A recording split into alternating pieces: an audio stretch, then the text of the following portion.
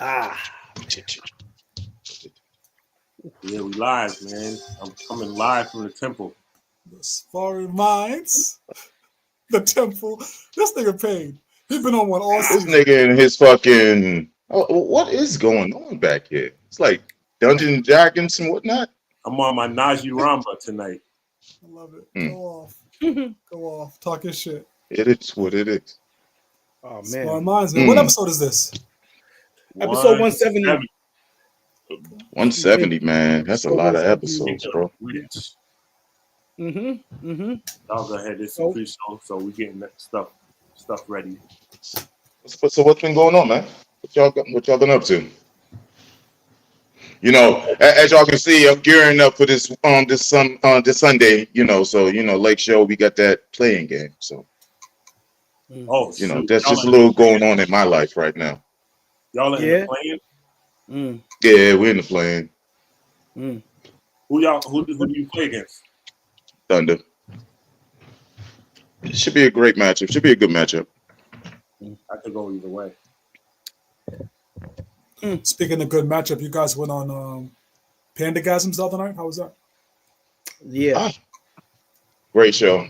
It was fun. It was fun. It was fun. I think we're gonna do a redo. Maybe they'll be coming on over to ours. Our show, whether that's TSMP or Grove Hall, one or the other. We'll just make it happen. Oh, okay. That's good then. So glad that y'all being in the playing game. Hey, he got a tough matchup this week, so I don't know what he's talking about. I'm tired as shit. Sorry, fellas. Yeah. So what was that Pandagasm show about? Was this something behind it? What was the thing? So one of the questions was talking about like aging, right, and getting older, and in those latter years, and what that's like. You know what I'm saying? And I mean, it was a really good discussion. Obviously, Lil and I have different perspectives. Seeing it, Little is actually maybe the same, because Little's a real grandfather. I'm a step grandfather, so I guess there was a little correlation in that. But just talking about getting older from a standpoint of being able to be those guys that our uncles, our OGs were to us, and almost like it'll be doing a disservice to the youngins that are like following us, as far as to not be able to give them games, to not be able to get them advice, just pass things along down like we got, right? Like it's the same thing. It's not, you're not supposed to break tradition in certain realms. You know what I'm saying? So yeah, just talking about that. Women shooting their shot at you. Wait a like, minute. Wait a goddamn minute. What's up? Pain. Have I been missing the last 11 seasons? When I tell this nigga, dog, we gotta respect the OGs and respect the game that's been passed down and da-da-da. And he always comes back and says, nah, Chuck, there's some of that shit's bullshit and we're supposed to forge our own path. Which one is it? What are you talking to me? That's a funny thing. Which one? You can't be talking to you can't be you can't be talking to me. Listen, what are you talking about? Listen. I think there's at least 2 or 3 times a season. I say respect the old shit, and you say nah. Them niggas know what they're talking about. Yo, am I not making this up? Nah. You listen to the OGs. Like y'all are both right and both wrong at the same time. Because I remember the conversation. I remember the conversation. Like me and Chuck, we always listen to the OGs. They're gonna give you game, but me and Chuck also have some OGs that are going to give you some fucked up game. Yeah. So you can't take all the game that the OGs is, Absolutely. But you got to, though. Absolutely. You got to take the game. You don't have to take all of the game they give you. No, some of it. Because all the game ain't always right. Right. No, you take all of it and you sort through it. You take it and assess. Yeah. Right. You got to sort the bullshit from the real shit. Yeah. Definitely. I'm pretty savvy enough to rinse through some of the bullshit that they gave me to be able to pass it down to the youngins. You know what I mean? So yeah, like I was saying before Mattapan came through, like, you know what I mean, rudely interrupted. Yeah. Yeah, no, that's the tough part not for them, not for us, but for them and us when we were in their shoes. Now is deciphering which OGs are full of shit and on some bullshit, and which ones are trying to keep you like, you know what I mean, have your best interests at heart and see you do better and give you real game. It's really hard to decipher that. It is. So one of the young ladies that was the host, like her son was one of the young men that went to the vineyard with me when we went in 2023, right? So there's a correlation, like, and there's still a relationship that he and I have to this day where hit me up, yo, what up, coach? How you doing? Blah, blah, blah, checking in, and I'll do the same, with him and the rest of the guys. So yeah, the game I was giving them, you know what I'm saying? It still registers, you know what I mean? And it's still with them, you know what I mean? And that's that's the most important part is the things that stick. You know what I'm saying? So yeah, it was good though. It was a good time. Yeah, it was definitely good. But what I learned from being on there is Jermaine is a nigga name, and I look like a Jermaine. Yo, what? And I was. Listen, I don't. That was hilarious. I don't understand. Yeah. I don't know what confused me more, that or because your name was little, you were going to be short. I was like, I'm confused.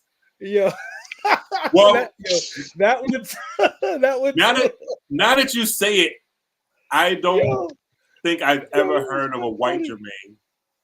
No. And I used to think the same thing about the name Jerome until I found out that two famous white people's names are Jerome.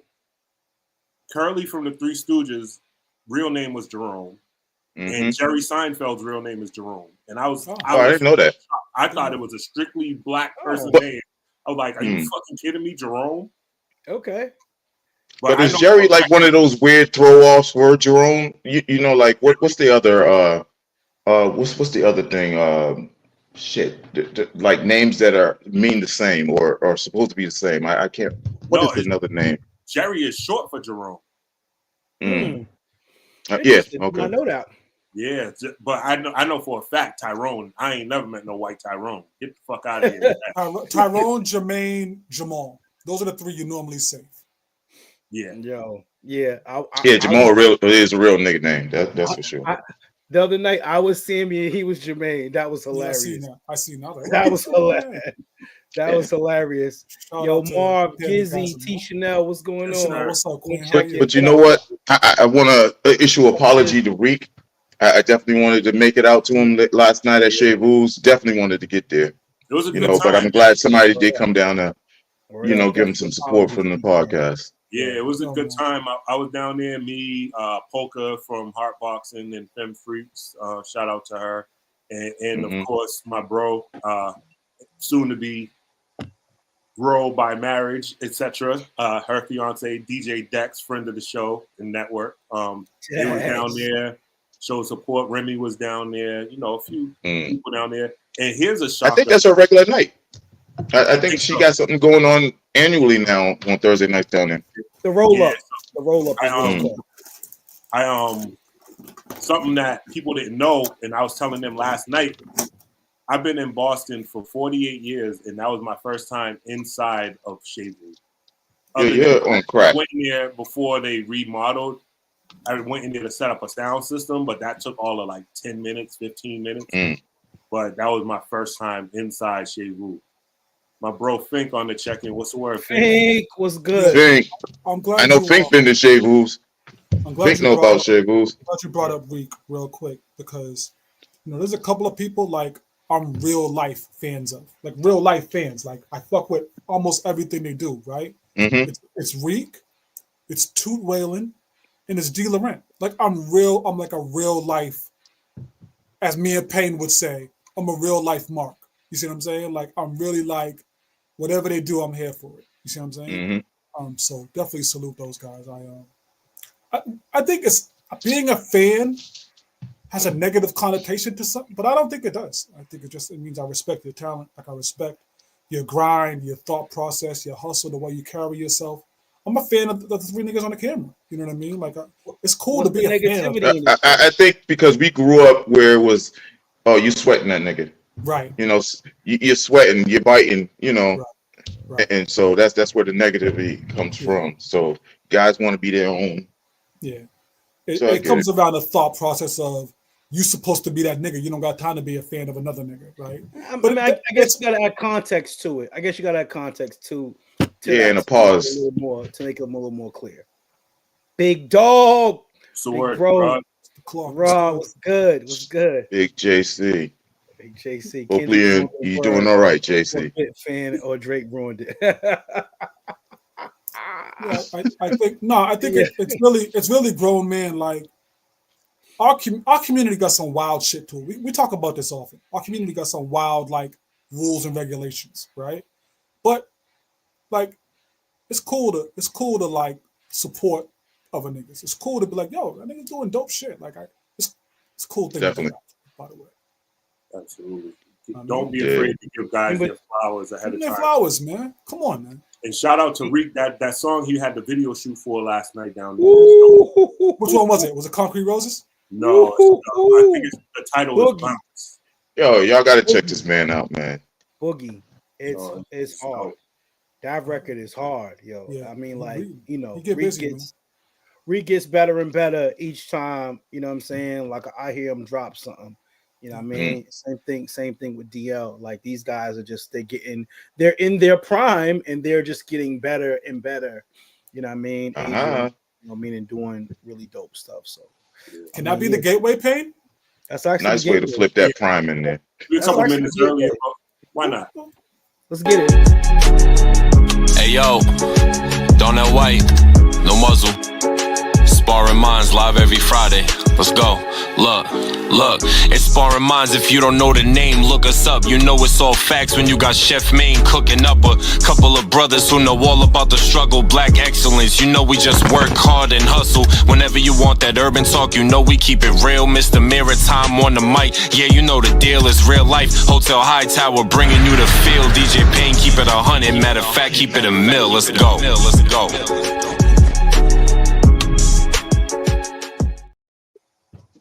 Shout out D White on the intro. Shout out Hightower, who's not here with us this evening. He's out doing Hey, You know what we neglect to do also, and I noticed it. We love that intro. But shout out to all the fellas that were on that trip with us when we made the video and the footage for that intro. Reef, What up? Ern, Jamal. great great. time with those good Great. guys. Man. oh yeah. Spent a lot of money on that trip. Man, listen, I'm still recovering. My wallet hurts. Get us out of here, Chef. Where we going? Yo, but we here, man. Episode 170, season 11, Prime in our prime, back in our prime. Shout out to Coach Prime, you dig? So yeah, man, tonight is a special episode. I think it's important that we continue to highlight different things on our show, different perspectives, and also give flowers to some dope people in our community that are doing some dope things. The title of the show tonight is Power of a Dollar. And you know, it wouldn't be right if we didn't have on some brothers who know a little something about the dollar, the black dollar, the financial dollar. You know what I mean? So we have the good brother, Talk to him, Jay, in the building, financial extraordinaire. You know what I mean? He's got a bunch of accolades, financial extraordinaire. He's an actor. He's been in All Love. Like he hoops. He's got a lot of things going on, man. So we definitely appreciate you for pulling up on the podcast and rocking out with us. Thank you. I don't see him in the green room. I don't know where Mr. Roxbury. He's there. I got him. Is he there, Mr. Roxbury? Okay, so yeah, shout out to the good brother DL from Black Dollar from Wedlock and Loaded. What's up? Another multi-talented brother, does movies, raps a little bit, like you know what I mean. Does his thing, man. So definitely thank you, brothers. Appreciate y'all for pulling up and talking about the power of the dollar, right? And so I mean, let's just get right into it. You know what I'm saying? the black dollar. So recently there was the black dollar, not no pun intended, but shout out to the clothing line, but the black dollar and the importance of the black dollar. When in terms of recycling our community and different things like that. Recently there was a movement, I guess a blackout movement to stop from buying from, I think it was Target or something about that. So like, first of all, let's just kick it off on that, because there were some people that could do it. There were some people that couldn't do it. So let's just get everybody's thoughts and opinions on that little temporary shutdown of the black dollar. And do you think it has any effect, and should things like that keep going on forward? So let's bring it on to our guest. Let's talk to Mr. DL himself. No, I don't want to go first. Mine is already documented on what I say. Now, correction. I'm assuming your opinion on it. I'm assuming that Hustle is going to be the contrarian. Absolutely. So then you know what? He's back there just seething at it. So let's get to Koppel. Koppel, let's talk about that movement that happened and get your thoughts and opinions on it. So let me cook. But before I get in here, right? It's only right that we start with Jay. I want to start with Jay. This is his virgin voyage with us. I don't know. He's never seen me with this type of temperature. You see what I'm saying? This is a different kind of thing. So I want to let him rock, and then I'm gonna cook. So Jay, the floor is yours. I've seen you in your director mode, man. You know, so, absolutely. So here's the thing, guys. Right? When that whole boycotting Target, I get it. I understand it, right? But we don't have the infrastructure. You know what I'm saying? Actually, let's say, we was like, yo, you know what? We're going to spend all of our money with such and such supermarket or such and such community store, right? We don't have the infrastructure, folks, right? So it's almost like, yeah, we're doing that. Yeah, there is power in the dollar, but there's nothing like concrete that, like, all right, we're going to spend all of our money with this. Because if you go down Blue Hill Ave, right? Let's say you go down Blue Hill Ave, how many corner stores that we have? Right, little corner stores, moms and pops. I counted them. I must have counted like at least 70 little corner stores. Right, this is just going down Blue Hill Avenue. I was just counting like how come everybody don't blend together? Right, open up a black supermarket. Right. Yeah. Shout out to Nubian Market. I get it. Nubian Market, absolutely. Yes. Right, and it's like, bro, like. If you go down this, it's always like everybody, especially in our community, we operate. We don't know how to function together, right? Whereas the Asians, even the Spanish people, they know how to function together because they need each other, right? They need each other. We need each other at this point in time. You know what I'm saying? We're just too prideful. Too prideful, right? Too prideful. There's so much pride. There's so much, us sitting here as brothers, right? How often do brothers get together and just like, keep each other sharp? You know what I'm saying? Because we may have, we may be married, we may be working, things be, going as they are, but the only time we see each other or we look at each other is almost like in an opposition type of way, like a rivalry. Yeah, you know what I'm saying? We're like, that's my brother. You know what I'm saying? Yeah, we may not agree on everything, right? But still, I'm still going to respect him because number one, he's a black man, right? He's a black man. Number two, right? Like, just because we don't agree doesn't mean that we can't support one another or we can't build. Mm-hmm. You know what I'm saying? As you can see, we ain't been building nothing. So if the black dollar is stopped, right, and we're not going to spend it with the Target, with the whatever, with the big corporations, right? Who we gonna spend it with? There's no infrastructure. You know what I'm saying? There's none at all. So that's my take on it. Let me turn the stove on. Because black people got me fucked up, right? But you want to take them everywhere. I do. Here's the problem. But come on. I'm just saying. Some of these niggas, you gotta leave. You gotta leave these niggas. We ain't doing that. We don't do that. We didn't do that. Let me explain. Everybody here has to stand up for themselves and their community. All of us, right? You standing up for yourself on a temporary basis don't impress me at all, right? You saying, I'm going to stand up to the bully on Monday. Don't impress me if you go begging back to the bully on Tuesday. Get the fuck out of here. I don't care if you're going to we're going to boycott Target on Monday and no one shopped there when you got 3 carts on Tuesday. What have you proven? What have you done? Target could give a fuck what day of the week you shop there as long as you come back, which our community did, right? So none of that impresses me at all.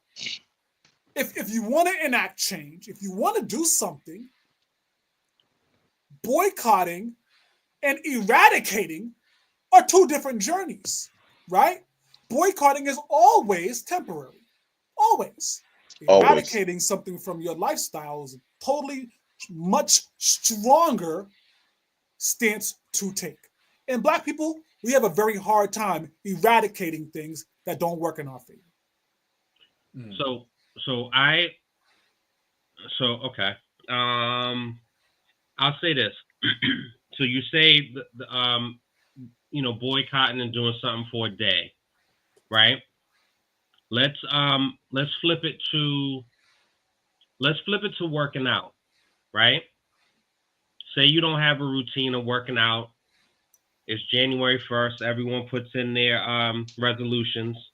I'm gonna stop drinking. I'm gonna go to the gym, right?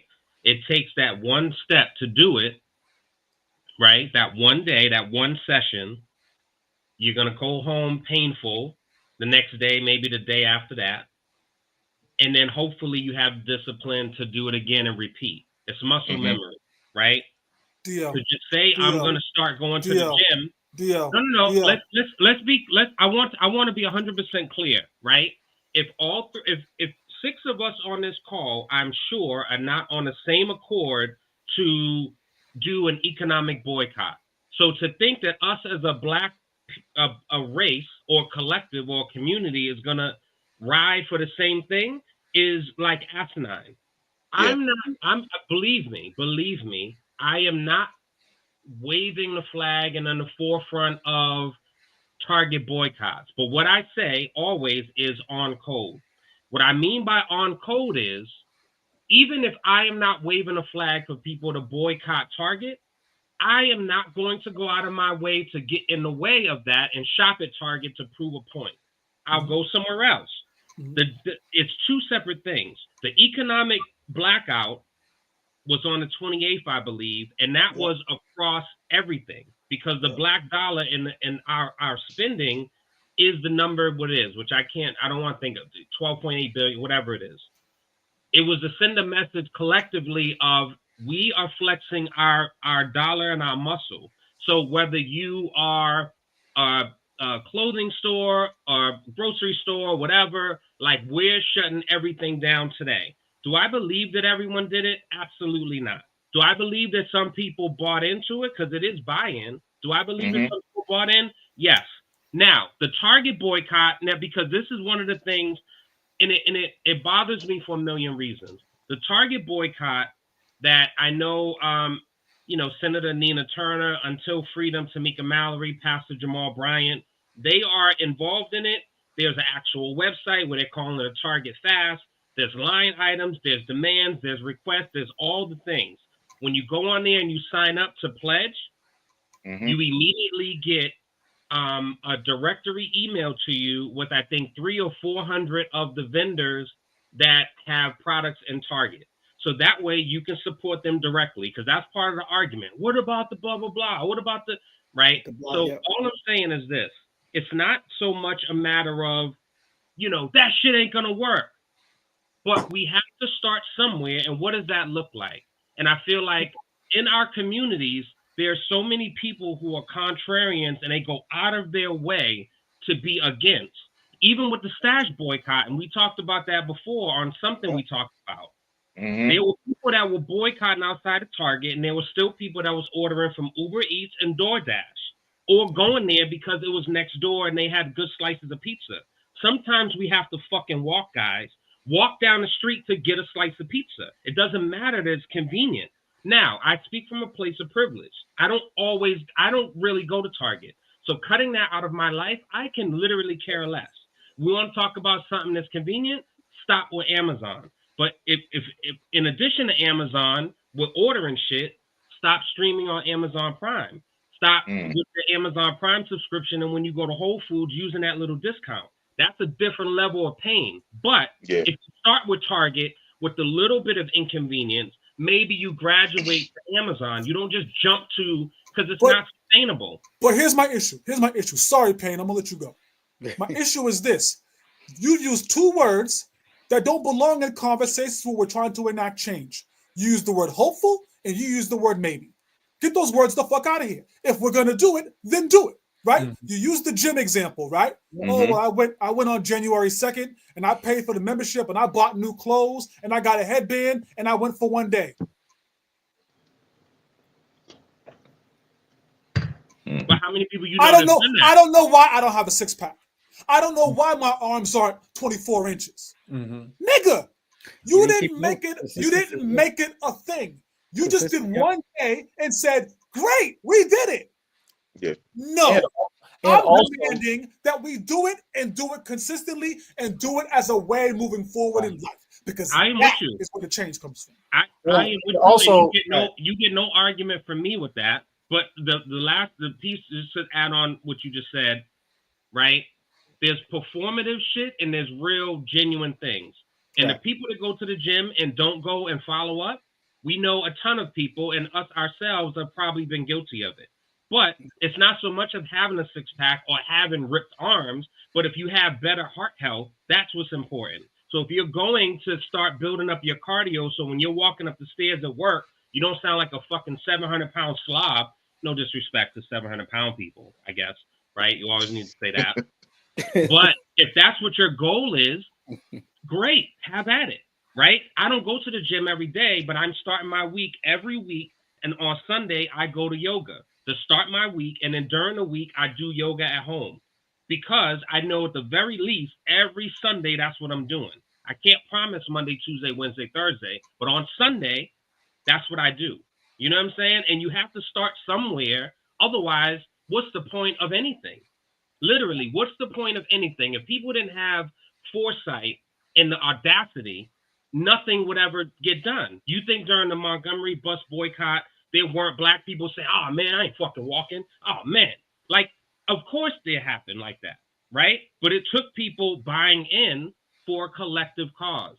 And the problem with us is there's a lack of distrust, and we don't buy in because we have been betrayed by so many of people that we believed in, and it makes it hard to believe in. So to the point of Jay, how come we don't put together a business?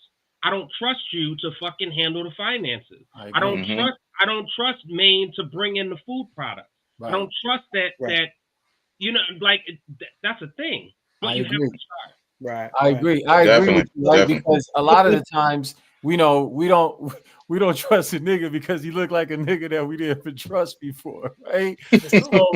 So believe it or not, right? Even as you're saying that, it's the fact that number one, and to kind of piggyback off of that as well, is just the fact that where did this whole thing come from, right? The whole idea of the boycott actually came from this white dude, right? And I read the article. Yeah, it came from a white. I'm talking about the boycott, not the Target. It came from it came from a white guy. You know what I mean? Who was really, you know, just kind of seeing, and then it kind of picked up within social media. We took that on. Now to kind of piggyback off of that, right, is the fact that most changes take place underground. You know what I mean? Most of the real changes takes place underground, where nobody knows that it's happening. Nobody knows. Then boom, because we've been underground, we've been setting up shop to kind of take your perspective of going to the gym, right? So when we're going to the gym, it's almost like, all right, Monday we're gonna go to the gym. Tuesday we're gonna be boom, boom, boom. We're gonna do this, but we've been setting up shop, right? And then we come out, then we actually execute our whole thing. Us as black folks, and I'm not saying this is everybody, right? But as a community, as a collective, it's almost like, we don't know how to function on one accord. You know what I'm saying? There's no code amongst us, right? There's no code. It's like, yo, like there's certain things that you just don't do. There's certain things that you just don't say about another brother. You know what I mean? Just on the strength you're a black man, just off that alone. You know what I'm saying? And I think, you know, especially when it comes towards the black dollar, right? When it comes to, if you look at it, right, the black dollar, it circulates for about how long? 6 hours on the average before leaving the community. It might be more than that now. Maybe, that was, right? That was from 2022, so it might be more now. Maybe I don't know, right? I don't know, but according to Google and according to my research, right, the black dollar circulates about 6 hours in the community. In the white community, 17 days, right? In the Asian community, 30 days, right? In the Jewish community, around 20 days, right? So, like either we're not doing things that are beneficial that people's gonna be like, yo, I'm gonna rock out with this, right? Or we just don't really fuck with each other like that. You know what I'm saying? Right. We just don't trust each other. Yeah. Let's let Payne and Little Man, I'm sorry, get you guys perspective on the thoughts of these boycotting things or anything like that. Does it matter? Does it help? Did you participate? I participated, just like how DL said, like, I don't shop at Target like that, so it was easy for me. I paid it no mind. But to his point with the gym situation, the first step in becoming fit is just going that first time. You know what I mean? So, like, this could be looked at as that first time that people needed to try to do it again and try to keep it up and make it consistent to the point where it becomes eradication. Like, you got to crawl before you can walk type thing, right? Pain. But so no, sorry, I'm gonna go because no, Pain. It's not that. This is why you and DL are so wrong. Sparring Minds listeners, I promise you. First off, this is the most passionate I'm gonna be all season. Second off, this show's going to overtime. So buckle up. You're wrong. Before you go to the gym on Monday, right? What's more important than you going to the gym? You having the gotta get your mind right. Thank you, Sam. You having the mindset that I'm going and I'm gonna make it a long-term thing. No. I'm setting myself up for that. No. So mentally, I'm prepared to take that journey. No, you can think that all you want, but if you don't go and you just thinking that, you ain't get shit. Right. But that mindset will force you to go. Listen, mindset will force you to go. Hustle, you are speaking, and believe me, I am not arguing this. So even me rebutting you is not like a rebuttal because I disagree. You are speaking from idealism. So ideally, yes, before you go to the gym, you should probably go to the supermarket on Sunday and get your veggies and your salad and your greens and everything and get kale and prepare to have smoothies for that week and really make it a lifestyle. But what happens is, I'm going to go to the gym. I'm going to go to the gym. You finally go to the gym. After the gym, you might fucking go to Chick-fil-A. That's the truth. And it doesn't matter. That is the truth. That is the truth. Yo, no bullshit. Not to sidetrack real quick, Dio. I've literally watched someone leave the gym and go across the street to Popeyes. Yeah, it happens. Wow. So what I'm saying, in my gym, they sell. I mean, they get pizza out as soon as you come and walk right out of it. There's pizza right there. So what I'm saying to you, Hustle, is what you're speaking about is idealism, what should happen, but the realities are what they are. And so, yes, you should prepare it. Let's put it in the extreme example of people that get gastric bypass. I know people personally that's gotten gastric bypass. And have they sustained that way of life and not had complications? Absolutely. You want to know why? Because it's a fucking lifestyle change. And if they haven't done all of this, then this shit doesn't matter. So what I'm saying is we start somewhere and then there's a follow-up. I feel like for us, there's so many different thoughts and opinions, right? I say I respect Mark Lamont Hill, somebody calls him a coon and he's a piece of shit. I say I respect Angela Rye's opinion, somebody says she's a bitch. It's like, God damn, guys, who's the person? Who y'all rock with, yeah. like for me, one person is not going to be the end all, and I think that's part of our problem. Back to what you said, Jay, about different communities doing it. The dollar circulating in the other communities is people are taught that and instilled that. So the black dollar, right? I didn't create that. I just put it in a bottle and sold it, if we want to put in street terms, right? But that came from one of my closest friends who's Irish American. I tell this story all the time. She is not Irish where she wears Kiss Me I'm Irish shirts and bumper stickers and shit like that. She's very low key. She doesn't like taking pictures. However, when we would go out on lunch breaks or whatever, or if I ran errands with her, she would go to Kiki in Brighton, and she would buy products from her county back home intentionally.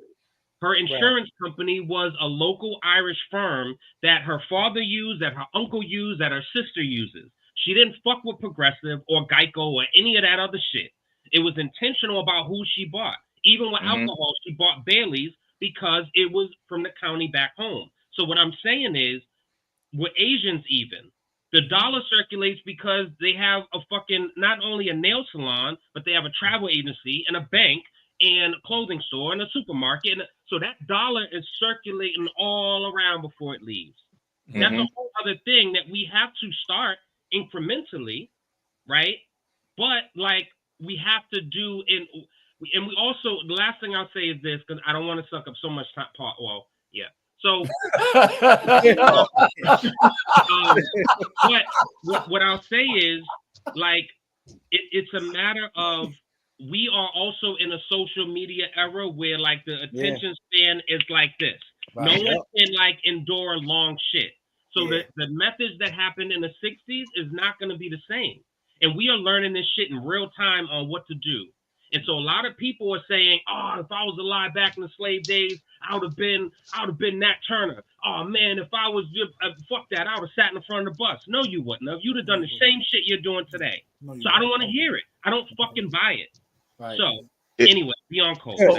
But I like what my man Basil just said. You know, it's a little getting there before we switch subject, because this will we going on. Well, before I even get in there, I you know, like my man Basil just said just a minute ago, no black person should be the leader of the black people. It should be the code that should be the leader. Shout out to B. That's my man. So, well said. Yeah, but here it goes too, right? Here it goes, right? Just like you were saying, Black Dollar, right? So there's a code amongst the Irish, right? There's a code, and she didn't go against the code, right? Yeah. She didn't go against the code. She knows, like, oh, okay. She must have been taught that as a little girl coming up in the community. You don't break that code, and there's no code amongst us. You know what I'm saying? There's no code. No, but we got hood codes, and those are the things that we follow. We follow all the dumb shit. Right. You know what I'm saying? Yeah. You know, no snitching, no like. Come on, man. Those out the window now. That, I mean, you know. And you know what it is, real quick. You got it up on the screen, but Fink makes a good point that I was going to make as well. Our community, we don't value the shit that we bring to the table. For whatever reason, we value everybody else's shit instead of our own. And you notice we complain more about our own, you know, businesses than anybody else's. You don't. We like when it comes down to cooking. Like, you know how many times I've seen, you know, us try to start up shit, and then next thing you know, oh, she sucks. Oh, her cooking is nasty. Oh, this is fucked up. Like, that's great. Oh, they're slow. That's a great segue. But people that don't look like us, you don't never see that like that. Hey, these Charlestown guys are on one tonight, huh? Maine. That's a great segue. Yeah, I know. You noticed that, right? Maine, I have a question. Are you gonna share the thing? Because I don't want to put it out if you don't share it. Are you going to share the conversation that we had once upon a time? Me and you? Yeah. About all of us getting together for something? About, I don't want to. All right. So two things. One, we definitely were brought up to believe white ice is colder, right? That's the thing. Yes. Yeah. And so what I will say, back to the part of supporting businesses and us, you know, down in each other's businesses and all of that stuff, and giving grace to other people. Oh, okay. I know what you're talking about. You know what I'm saying? There was a situation. I don't even remember all of it, but this is who I am. I'm gonna give you 2 examples real quick. So Maine did catering for someone that we both know. I think something was off or wrong, or there was some service failure, whatever. I reached out to him personally, made him aware of it, and I don't remember. I think you like reached out and you did something and made it right or whatever. But basically, what I did was I personally reached out instead of airing grievances online, or she wouldn't have done it anyway, encouraging her, go online and blast that nigga, yo. Blah, blah. We're not doing that, guys. You know how many people I've been called the black business ghost whisperer. You know how many people I've called to take shit off of social media? Literally. And I have no stake in these businesses. From Park 54 to Grace by Nia to fucking The Mix, I'm constantly calling people, telling people to take stuff off. I'll give you another story because it is what it is. James Hills, Java with Jimmy, is a friend of mine, right? Whether I agree with everything he has said or done, of course not. He is a friend of mine who I love. He had a business dealing with GBH. It didn't go, I don't know what happened. He was hurt by the way it went. Something happened and he was hurt by it. I got a call to do a segment on GBH. I called my friend to see what that was before I accepted it. Do I expect everyone to do that? Absolutely not. But for me, being on code, what I'm talking about is this is a time when Joy Reid was just taken off the air. These companies don't give a fuck about us. And we're so quick to jump in because we have an opportunity and whatever that looks like.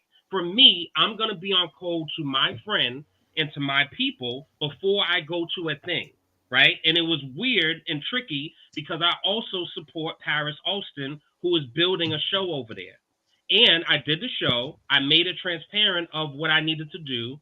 And now the show is the highest viewed show that she has ever produced. And there's 486,000 people that watched it. So I'm on code. That is what it is. You see that, Payne? Little jokes. Go off. Talking shit. That's a great story. But actually, DL, there was another time, real quick, where and I gotta give you your flowers on this, where you've hired me before to do some stuff for you and your wife. And I remember you calling me and telling me that you got a call that someone said, "Oh, you're using him, you're using his food." Blah, blah. You still went through on the follow through, hired me. The food that I brought that day was great, at least the conversation we had. And then the person had to flip it and be like, "Oh, okay, that was the same person that you said." You know what I mean? So I definitely respect you on that. Not that you would have earned it because we're friends in real life, but you know what I mean? Like just the fact that you gave me the heads up and then still on code beside me. Yep. That is on code, right? And it's we have to realize there are a lot of suckers amongst us. There are a lot of people whose fucking fathers were suckers and they grew up being a sucker, whatever that means to you. There are a lot of suckers amongst us and weirdos. So I don't want to be bothered. Leave me alone. Let's talk about that though. What do you guys think when you do see people kind of air out grievances online for black businesses, the black dollar in particular? I mean, again, a review is this. Let's be clear. There's nothing wrong with giving a review on something, whether you had a positive experience or a negative experience. There's nothing wrong with that. I think the issue is when you have a status, you type the person's name, and then you get a bunch of people to kind of congregate on that business and kind of downplay it or whatever the case may be. And then everybody kind of comes out the woodwork. But why is it you think that we're quicker to get online and blast the Park 54 a mix before we'll blast the Del Frisco's or why am I drawing a blank? Factory. It's easy because why are we quicker to downplay our own businesses versus like the others? It's white ice. I wish I could say it's something as simple as we expect better from our people, but we're taught to tear down. Yeah. And it sucks. You know what I mean? It really sucks because I've had plenty experiences from Black businesses, but I don't post and single them out. I might make a general post like, you know what I mean, like we have to do better or something like that. But like to go and say, oh, blank sucks, their service sucks, their food is dry, like why start a public lynching? We as a people have been subject to lynching from another race for way too long for us to try to bring that on ourselves verbally. So that doesn't make sense to me. Word. I don't know if we've been taught to tear down, but I certainly don't believe we were taught to build up. And what we do is we give recognition when people died. And then everyone becomes a martyr and everyone's such, oh my God, you know, and oh man, Brandon was, he was, whenever you call him, he would give you the shirt off his back. And Brandon was really a piece of shit, guys. I know. Brandon was definitely a piece of shit. Yo, Rest in peace to Brandon, but he was a piece of shit, right? And I'll tell you this, and I'll be transparent. It's not as if the aforementioned businesses I haven't had some sort of personal experiences with, right? I just don't air my grievances online. Right. When I tell people, and I started a business 4-year review with my partner Kawanda, and we specifically are helping small businesses. We're working with Merle's Kitchen now, right? They're about to be a dine-in restaurant, which like is super exciting. But we formed it because we were frustrated with the lack of service that we would experience amongst our own. Going into a place that's supposed to be open at 10 and you get there at 11 and they're closed, and they rush in and they act like you're inconveniencing them because you're there on time. Right. Or you walk in to order something and they give you the finger, right, as they're on their cell phone. Or they're not at the front and you got to say, hello, is anyone here? Right? That shit happens all the time because I feel we in our community don't really know service because we haven't experienced it. I have, and so I want to bring that to us. But, you know, I think it's white ice. That's what so really so let me lean a little bit on where he was going with this, because that's my realization, right? The truth of the matter is, and you guys know this, I come to Boston maybe 2-3 times a year, right? And when I'm there, normally my guys are like, yo, we out in the town, and we end up in some Black-owned establishment, right? That's generally how those visits come. Great, I'm here for it, right? And then I start to get the results that Dio was talking about. We get there, great, place is open at 9. I'm going to be there at 9:05. Doors locked, lights is out, right? I'm confused, dog. Like, I'm only here for 72 hours, right? Okay, well, let's go to another spot down the street. They got the dope chicken wings. Bet. Let's do it, man. I'm excited. I'm hungry now. We get there. Hey, ma, how you doing? I appreciate. Can I get the wings? We got no more wings. We don't have that. Me not have that. Okay. But this is my consistent journey. You dig? Right? And again, I target. You guys know me well. Absolutely. I target. I only want to spend money at the Black-owned places. I only do. Not target, but you target Black-owned places. I got you. You know, I only want to be there. Right. So then if I keep getting slapped in my face when trying to support, I am also, and as part of my listeners, you guys don't know this about me. I can be a loudmouth sometimes. You don't say. I never got that impression after 2 seasons. Never.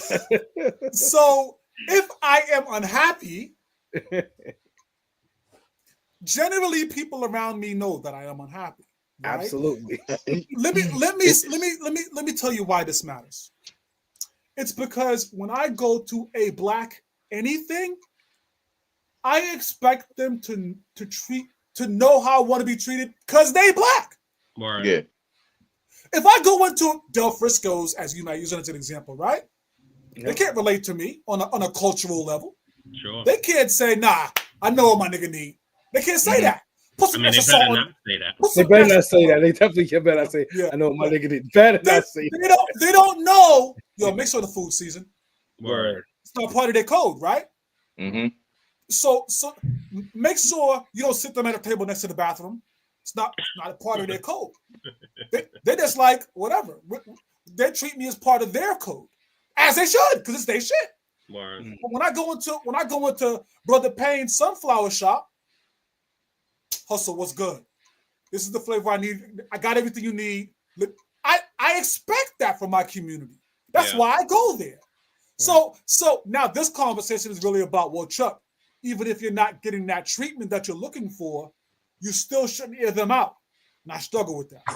So here's my thing, right? So here's a question that you brought a great point, Chuck, right? So where does the grace come in, right? And where does it come where it's like, yo, this is what we can do to get better. Whereas you're coming in to dine, to whatever. Maybe the food may not be up to par, right? How do we be able to articulate ourselves for the restaurant or for that particular business to get better, right? Because it's all about getting better, right? And improving service and providing better service. How do we articulate that without, oh, this shit was whack, blah, blah, blah, blah, blah. So they can get better and they could be like, yo, all right, we got to get better on this right here, because we all could improve. Everybody, it's not going to happen overnight. It's not going to happen overnight. And not when you're in these, what you about to say something? Yeah, just really quickly, because that's a great point too, because the other part of my thought process is like, yo, the truth of the matter is, us here, the reality is, this is probably first generation doing this. You think I'm saying? They haven't had a chance to make their mistakes yet. Meanwhile, Del Frisco's, this 7 generations in. The game has been passed down so that they don't make those mistakes. So they got the money, they have the experience and stuff like that. You got these little mom and pop stores. Like, guys get mad when the chicken runs out, but they don't understand that, they're a small business. They don't have the type of money to constantly have huge freezers and stuff. I mean, man, you work in, we worked at BU. So we see, they're making millions and millions of dollars. So they have plenty of stuff. They don't never run out. So, with our little mom and pop shops, shit happens. But we're so quick to sit there and say, instead of going to the chef or going to whoever owns the business and saying, hey, I didn't like this service, or maybe this is what you could do better. We're quick to sit there and say, hey, you know what? Fuck this. I'm going to go online and I'm going to just dog them. But Little, here's the truth of the matter. Here's the truth of the matter. And I just don't get it. In our community, though, and this is God's honest truth. In our community, it becomes a joke when things are poor, right? Here's an example. When you go to the Caribbean spot and they out of macaroni and cheese, we say, damn, hey, bro, you got to get there early. We don't say, damn, like, nah. Like, you need to order more. You see what I'm saying? So, we don't. So the behaviors won't change. So your queen put up a comment. So can I read it and then just respond? Of course. Yeah, absolutely. So I don't adopt the theory of only praising Black businesses. If a person had a genuine bad experience or service, why shouldn't they leave that review? Why only share the positive? I've seen bad reviews on a variety of businesses. We, Charles and I, had a terrible experience with a Black contractor. Gave pass after pass on things. We tried before we had to hire someone else. If anyone asks me for my opinion, I'm sharing a bad experience I had. It's real. That's real. No, that's real. So what I say, and again with the business for your review, right? It's so for your review and with Black Dollar is not a clothing brand more than it's a messaging statement. I'm just using the clothing as a vehicle to promote the sentiment and the ideal, right? Of intentionality is the only option. That's why dollars circulate in other communities longer, because it's intentionality. So when it comes to businesses, I never expect someone to pay for piss poor service and mediocre service and bad service and just keep being in that abusive relationship. So when I talk, I'm talking to consumers and I'm talking to businesses. The businesses have to do a couple of things. Businesses have to provide a service, provide exceptional customer service, and they have to reinvest their dollar in the Black community for this to be cyclical. It doesn't help if Chuck is just going to said business and giving all of his money to them, and they're going and buying Gucci belts and taking trips to Dubai. It doesn't work that way. Chuck then, as a business owner, has to hire Maine as a carpenter. He has to hire, Jay as the plumber, right? It has to be cyclical. And so to answer Queen's comment, I say what I implore people to do is, if you had a negative experience, you try to offer it to the manager and give it to him constructive, because there's a difference of giving constructive feedback versus just airing grievances. But we're all people, and there's no rule book, right? We have our emotions. Our mom just died. Our girlfriend is battling cancer. We have all these things happening. So in real time, however it comes out, it comes out. But I implore people to express to the management, right? Give them a chance to correct it. If you go there again and the same thing happens, or you don't feel like you're being heard, if you feel the need to go online and say whatever, have at it.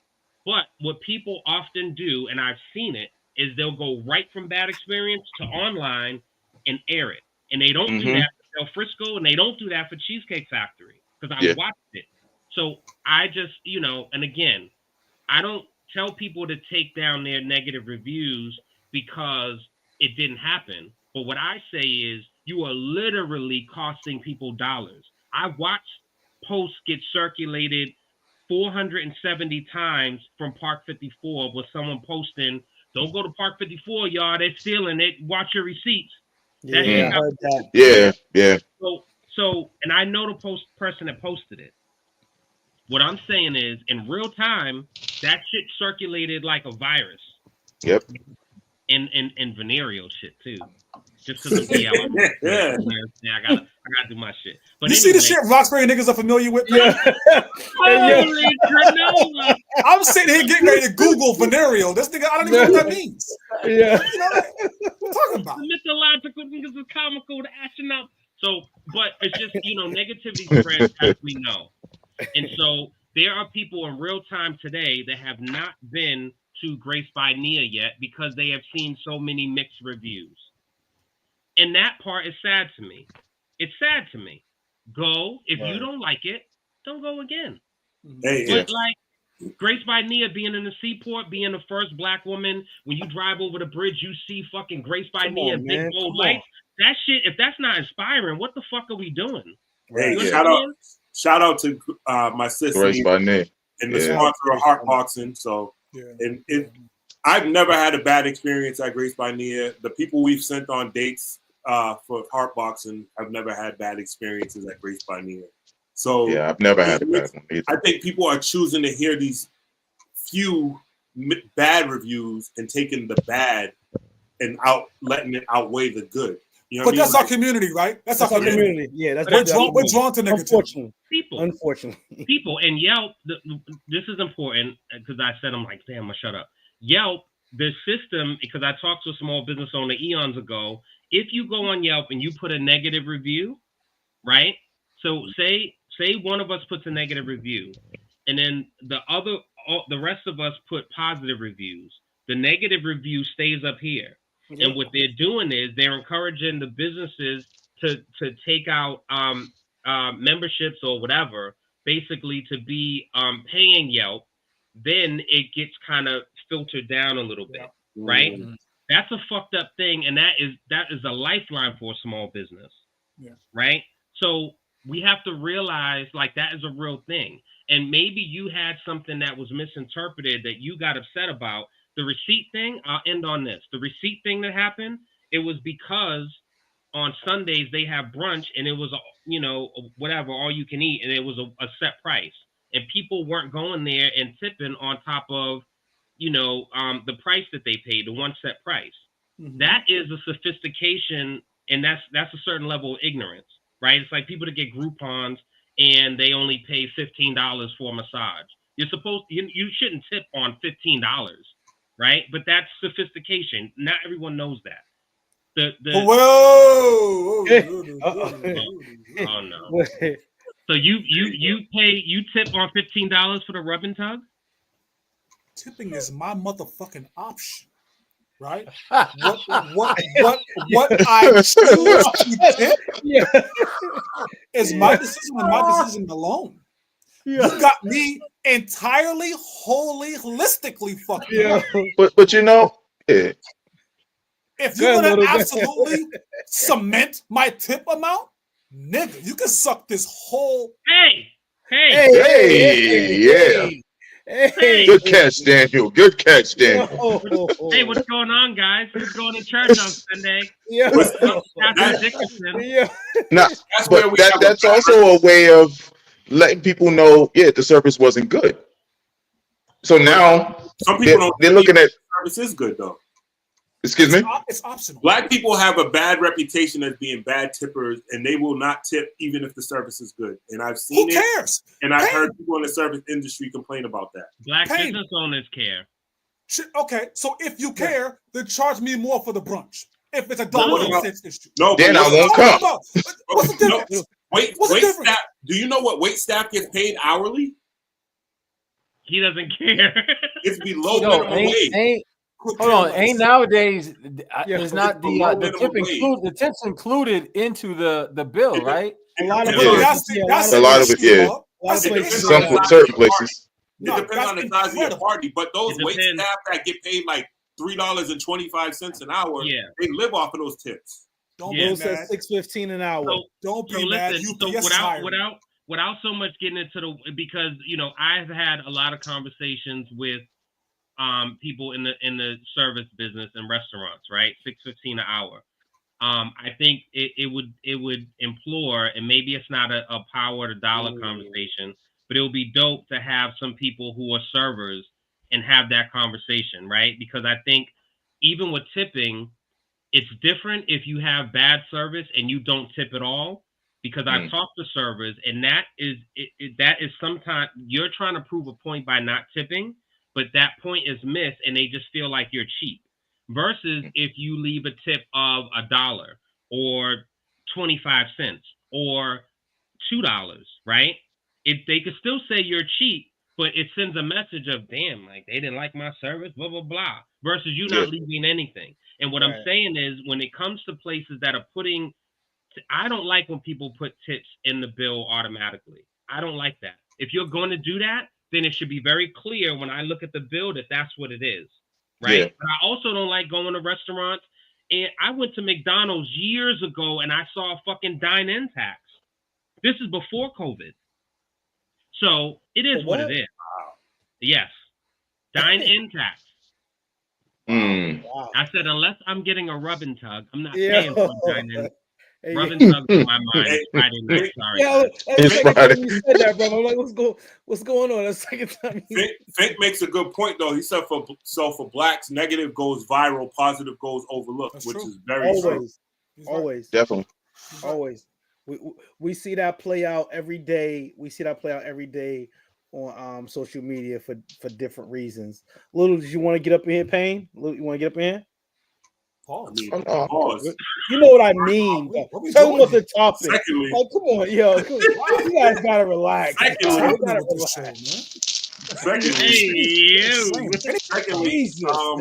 I mean, as far as the tipping thing, like I said, I know a lot of people that are wait staff or in industries that they live off of that. So I believe in being a good tipper. If the service is good, if the service is bad, it's your prerogative. And to DL's point, with the whole tip being added in, businesses, when they do that, they don't realize that they restrict their employees' earnings, right? Because someone could want to give a bigger tip than what they say is in the bill, but when they do that, they're like, "Oh, I'm not paying more."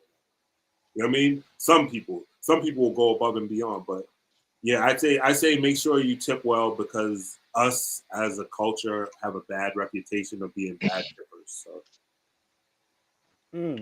Yeah, I tried to tip well, but when the service is bad, well, actually, when the food is bad, it's like I get in one of these things of shit.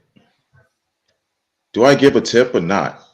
A lot of times I forget, the server is not the person I should be mad at. I should be mad at the cook, but I got to pay that bill. So, damn, you made me think about some shit. What you Yeah, do? I mean, I'm always going to tip regardless whether the service is bad, whether the service is good or not. I think it will just depend on how much. If the service is really good, then it might be a little more than 20%. If it's bad, then it might be like around 15 or so. But I'm always going to tip because in the back of my mind, I'm thinking like, this person's busting their ass, and regardless of, to Sammy's point, it's not their fault. It's the chef's fault of why it is. But you can still judge them on their service, how they come to your table, what's that whole experience, you know what I'm saying? What if she has nice tits, respectfully? Well, Chuck okay, then that 50-cent tip may be $1 tip. Okay. Chuck is always bringing up the D cup, so I'm guessing Charles Jones has no opinion on alternate D cups. Only the ones in my crib. Don't get me in trouble. That's what Chuck said. Yeah, like, see, a lot of people. Oh God, here we go. 40%. Yo, Will, come on, fam. Hey man. Okay, Will. Hey, I see the math he's doing. Rockland said 20% for good service, 40% for good tits. That's 20% for each one. Yo, well done. Yo, well done. okay, I see what you did. Yo. The ladies are saying you should tip anyway. T Chanel, shout out to T Chanel. She said you should tip anyway. No, we don't tip for A cups. We don't do Danielle that. said she has a minimum tip amount, and she increases it the amount the better the service is. So that makes no A cups. That's discriminatory right there. We ain't doing that. No A cups. Real quick, I wanted to pivot since we're gonna run a little over. We've been talking a lot about spending, right? Yep. And while we have James here, we might as well talk about a couple of different avenues on how to make money. Yeah. Oh, yo, buckle up. Yeah. We here. We ain't going nowhere. I got a list. You said we're going into overtime. Yeah. So my question to James is: can you give us 2 avenues that we as Black people overlook to build a nest egg and solidify our legacy? Oh, that's a great point, right? So a lot of the times, let's say if you have a job, right? Your job, whether you have like your 401k or like your 403b, right? And people can participate in those retirement plans. I always say that's good, but also you should definitely think about building your own, whether it's like through like a traditional Roth or even like a Roth IRA, right? And a lot of the times people think that, oh, you know what, my job is doing that. Yeah, your job is doing that towards a certain percentage, right? But with the Roth, you should definitely, even if you're doing that on your own, you should definitely think about, just creating like your own economy as well too. And the difference between the traditional Roth and the Roth IRA is basically how it's taxed, right? Because with the traditional Roth, it's tax deductible. So when you get ready to take that money out, right? Let's say if you started at like 20 years old and you've been, contributing towards it, IRS is looking at that money because it's increasing. They're like, yo, fam, where's our cut, right? Whereas with the Roth IRA, it's taxed as it's building up. So once you get ready to take that money out, right, it's tax free. You don't get taxed again. So you don't get taxed again. So it's more like, just learning about like, like the Roth IRA. I think everybody, if you, I think like there's a lot of people who's been, watching us should definitely think about, getting their Roth IRA as well. Right. And then let's say if they have a job, and I've been finding this out as well too, is that let's say if an individual has a job, right, and they get another job, sometimes they leave a lot of their benefits on the table, right? In which all you have to do is, let's say you get another job, you got to contact human services and let them know, yo, I want to get a distribution form, right? So because that money that you've accumulated, that's a rollover. You actually want to roll that over. You have about like 60 days to roll that over, right? Towards like maybe whatever, towards a new account, towards your new thing, whatever it is, right? But I definitely say that's a great way to build our wealth as well too. Right? Think about maxing out your Roth IRA. You know what I'm saying? So, yeah. In addition to that, and I was just talking to my brother-in-law earlier. Life insurance. And you know, I'm super vocal to everyone who I know and love, and I mean it with every ounce of blood in my body. You know, for people who are, especially if you're 35 and up, 40 plus, and you don't have life insurance, I don't want to see no GoFundMe links and none of that. I'm not contributing 1 cent, and I mean that. I agree. And it might sound callous. I don't care. I mean that. You are making a choice to not be prepared. We're not in the 40s where people are like, you know, for you to have life insurance, it's not a matter of having $1 million policy. Even if you just cover expenses, it might be fucking $20 a month, right? The older you get, the more it is expensive because it's a matter of I forgot what they do, but it's the calculation that they do, right? The risk assessment. So when you're younger, it's cheaper. So you know, that is a way in real time to give your family a leg up, because most of us, when our parents died, they left us debt and we had to sell fucking cupcakes, and like, I'm not doing none of that shit. I mean it. You know what I'm saying? Yo, and so absolutely. you know, take that, and then you have the IRA and the Roth, and then try to come up with creative ways to save. For me, my way of saving, and I'm not good at it, but my way of saving, I'm better at if the money gets distributed before it comes to me. Once I have the money, it's hard for me to, okay, I'm going to put 20. Let it go, right? So if I have different accounts taking it before I get it on the same day, it helps me. You know what I'm saying? Yeah. Right. So to kind of piggyback off what DL was saying, right? When it comes towards life insurance, that's something that, you know, is based off your health and your age, right? And that's why, you know, you touched upon it, is the fact that getting it when you're younger, right? Because it's going to be way cheaper. And believe it or not, you actually lock that price in, right? In our industry, where we, you know, and you know, we don't want to get into term, whole life, cash value, all these different things, right? But I'm a big believer in term insurance, right? And invest the difference, right? Because, you know, insurance is for protection.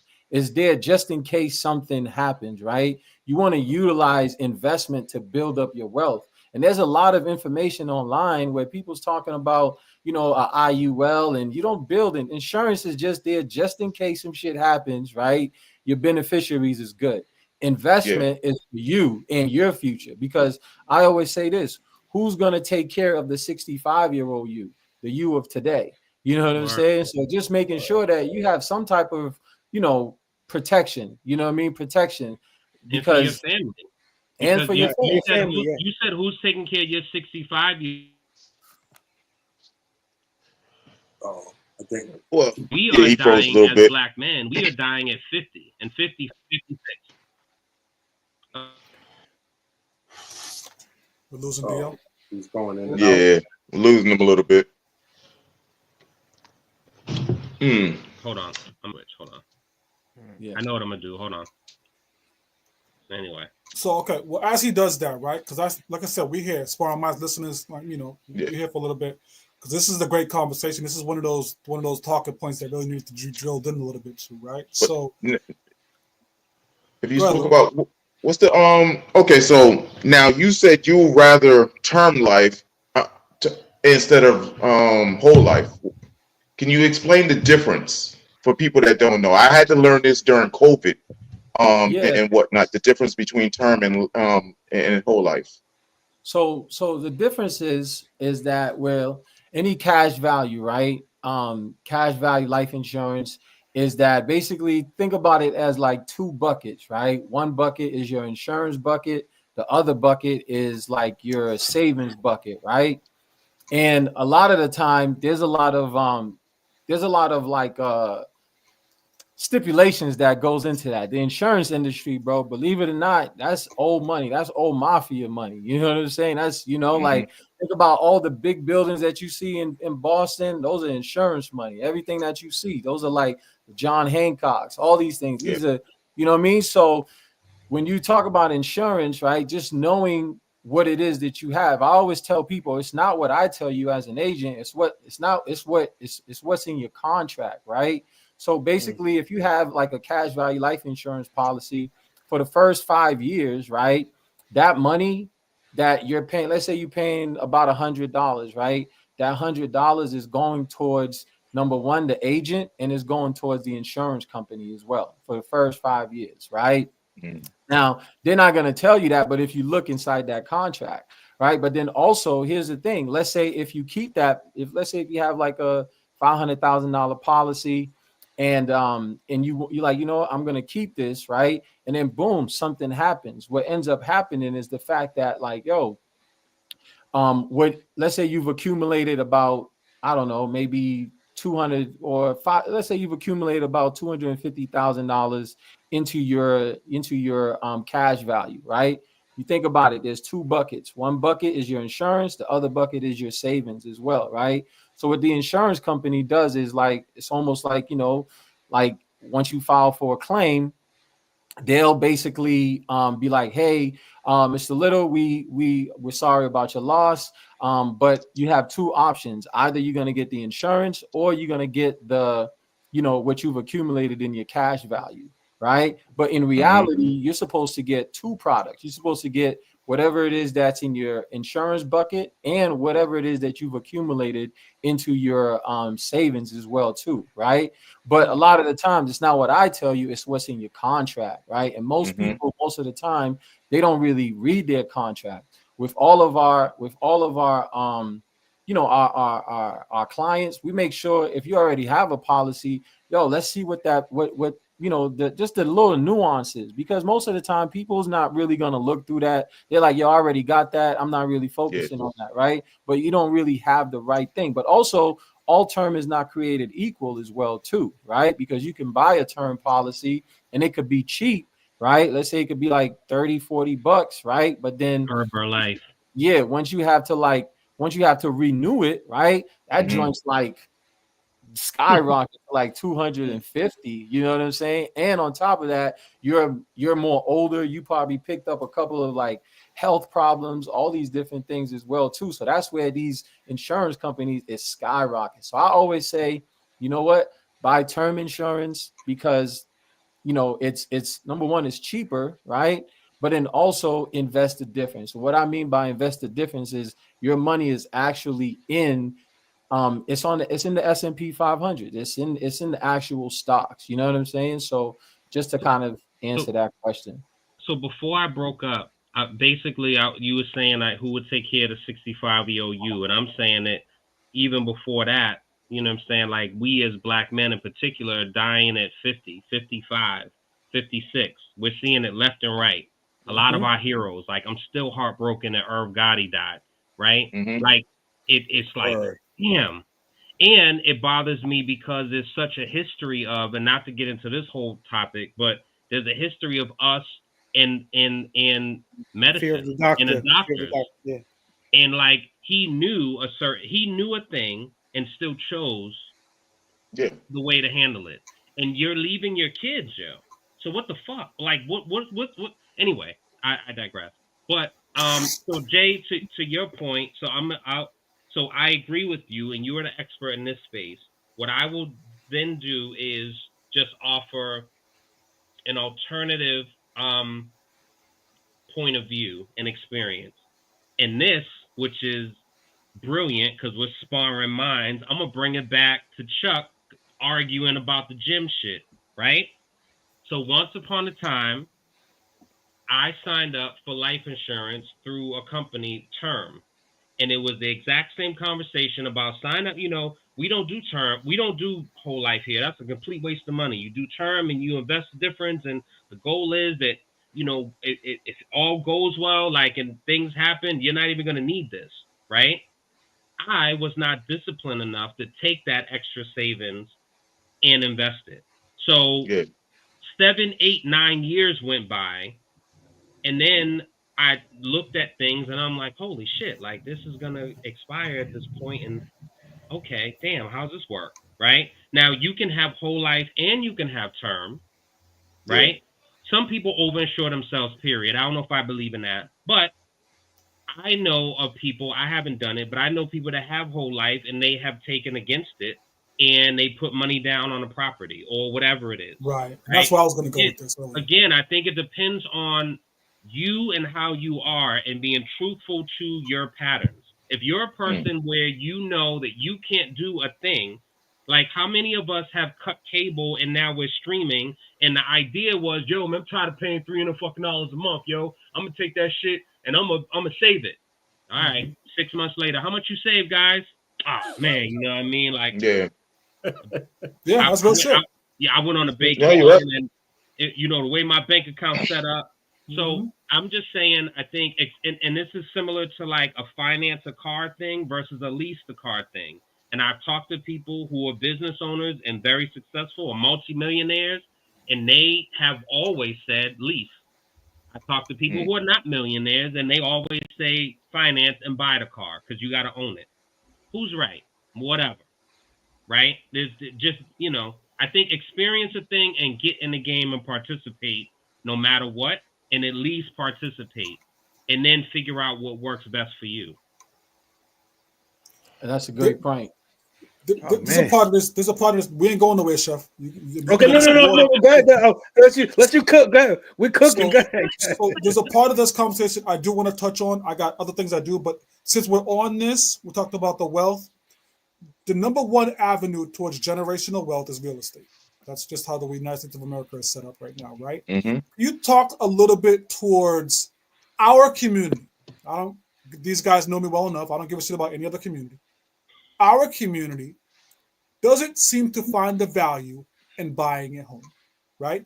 These guys know for 11 seasons, I've been saying, yo, gotta find a way to buy a house. Houses are expensive. Gotta figure it out, right? It's the number one way to prevent your kids from having to pay rent 20 years from now, right? Don't talk to me about, rent's so expensive, because rent's going to continue to go up. It's the nature of the business, right? So you can save them by getting your house now, paying it off, so that when they move in later, I don't have to pay rent. I can just stay in this house.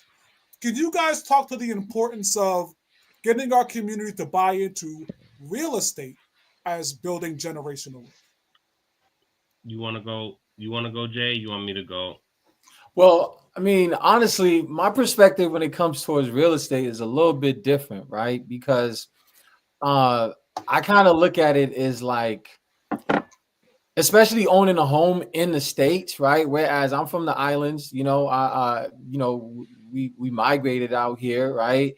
And when you own land here in the United States, you still got to pay taxes on it. It's not technically yours, right? And I kind of look at it as like, you know what? When it comes towards that, I rather invest my money. I'm not saying that real estate is bad, right? Real estate is a form of it, but I don't think it's the only way to build wealth, right? Especially with investments. It's just not one way to skin a cat. You know what I'm saying? There's different ways. So I definitely think about, and then plus on top of that too, there's a lot of people who's lost a lot of money in real estate. Especially, there's a lot of fees that comes within that as well too. And I'm not saying it's good or it's bad, but it's more like there's other options out there to build wealth, and let's say, for example, if we all go in on a property, right? And that goes back towards the original conversation, right? Like, what's the code, right? What are we building for, right? Are we all building to get this bit? Are we all pitching in to get this building together? Whereas we just don't have to just, take up the fee individually. What's the point? What are we working towards? You know what I'm saying? So it just depends on, just like DL had mentioned earlier, it depends on, what's the goal? What are we trying to get out of it, right? And also, how is it? Am I not going to lose all that money? You know what I'm saying? Within real estate, you know what I mean? And I'm not saying real estate is bad. Real estate is a good thing, right? But also, especially in today's economy, there's a lot of fees that's within real estate that I've seen personally that I'm like, man, like this was a bad deal gone wrong. You know what I'm saying? So I think So what both of you said, I actually appreciate, right? And I offer the nuance from personal experience. I think, for me, living in other places, living in New York, living down south, but most of my life was spent in Boston. Taxes I paid were in Boston. It was important for me to buy in Boston and not be in Fall River or Brockton or Peabody or Everett. You know what I'm saying? Now, with that being said, it's really, really difficult because property is just high. And there's a lot of investment companies that's coming and buying properties for $2 million in cash, right? It's hard to compete with that. Making offers, no way. I got $2 million in cash. What's up? Right? Who's competing with that? So there's creative things that people can do.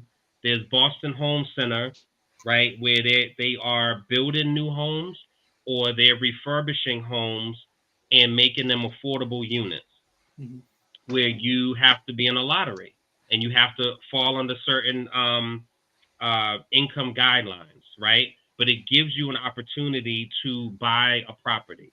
Now, on paper, from an investment standpoint, right, speaking to you, Jay, as far as on paper and what makes the most sense, it makes the most sense to buy a multifamily, right? And when you go into that, then you get the tenants. The tenants are actually paying your mortgage, and you're taking this money and saving it. You're taking the money that you would be paying for your mortgage and investing it, and all of those things. So the goal was to buy a multifamily. It didn't quite work that way, and we needed to leave where we were at because it was a slumlord, and it was going to get violent by me for sure. So we got out, right? So we at least have a property, and we live in a city. I think, what I did, because it's always, oh, you have a 401k, never touch your 401k, never touch your 401k. I took money out of my 401k to put down on a house. Absolutely. Because for me, fuck, I don't mean that because it's not. So a financial investor and the knowledge and the forecasting that they have is not going to be me making this decision and this deal right now today. Right. So I took, I don't know how much it was, 15,000, whatever it was, and made that investment. It is what it is. People have mixed opinions about that. Am I going to stay in an apartment and pay $3,000? Like you said, Chuck, it's going to keep going up, right? Yeah. And you have people who are priced. So I am a person that believes in compassionate capitalism. That might be an oxymoron to some people. Just because you can charge $10 for a bottle of water, should you? I don't believe in that.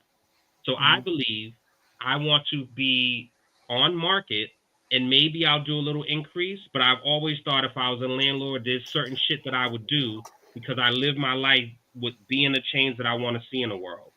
So I would do something. If you paid your rent every month on time and don't give me bits and pieces like people do, for December, depending on how things were set up, that would be my gift to you, that you can take your money and you can buy your kids Christmas gifts. Oh, because man, I would always have enjoyed that as a person. That's what's up. Right? That's what's up. Before. But again, my ideals, I'm not expecting other people to do that. Right. But if we all thought collectively, there's a lot of individualism and I. And we're seeing that with the way people voted. Everyone's individual. We're not thinking as a collective. You know what I'm saying? Yeah. And to kind of piggyback off that too, right? There's a lot of programs that's out there, like the NACA program. You know what I mean? Believe it or not, the NACA program is a great program to, number one, like your interest rates is a lot lower. You know what I mean? They got their own thing. But here's the thing, right? A lot of people talk about NACA. Where you go, Chuck? What's going on? Yeah. As soon as you said NACA, it was like, look. I'm telling you, right? I have a story with NACA. But here's the thing, right? They're underserviced. They don't have that much people. They're undermanned. They don't have a lot of folks. Yeah. But believe it or not, right? Most people don't go through the whole process. You know what I mean? They don't go through the whole process through whatever. Yeah, NACA's going to get all in your business, right? But it's kind of like the same thing. Whereas if you're going towards a realtor, they're going to need the same stuff, right? But we as a people, we don't go through the whole process, right? So if we don't go through the whole process, we'd be like, oh, this shit was whack. I didn't do this, blah, blah, blah, blah, blah, blah, blah. Because now here's the thing, right? They're gonna want certain documents, right? They're gonna want certain documents, and they're gonna need them, right? And we might not have those documents. Like if you're doing shit legal, right? And if everything is on point, yo, like there's nothing to worry about, right? But if you're doing, fugazi shit, Bullshit, if you know, then guess what? You're gonna be, you're gonna be like, yo, I don't want to get this document, I don't want to do all these things, right? But believe it or not, man, a lot of people sleep on those programs because these programs were there a while, you know what I'm saying? And we just got to take advantage of them, or at least learn about them as well through people that actually completed them and were actually successful. Because myself and I know a lot of people who've purchased a lot, even buildings through NACA. So you just got to basically set it up towards your own way as well too. I am the chef. I actually work in affordable housing. That's my 9 to 5. I have a relationship, so to speak, with NACA and other down payment assistance types agencies, right? I'm very knowledgeable about their business practices, and I remember NACA, not to dive into NACA because that's not really what we're talking about tonight, but I remember, again, from the industry perspective, we kind of looked at NACA. They had a lot of things about their processes. As an example, they used to require some of their applicants to do volunteer work in order to receive funding. Now, advocacy, yeah. My realtor doesn't require me to do those things, right? Like, here are the documents. Let's get the shit done. I don't got to do 80 hours to help you rake and paint. Fuck out of here! I'm buying a house. What are you talking about? Salute to those of you who have partnered with NACA. I'm sure that was a journey and you didn't mind, but I don't want to do extra shit, right? Here's the documents you asked for. So yeah, again, but I digress. There's a point here about, I brought up home ownership. 98% of the land in the United States of America is owned by people outside of this community. That's a jarring issue to someone like me who wants my community to win, right? 47%.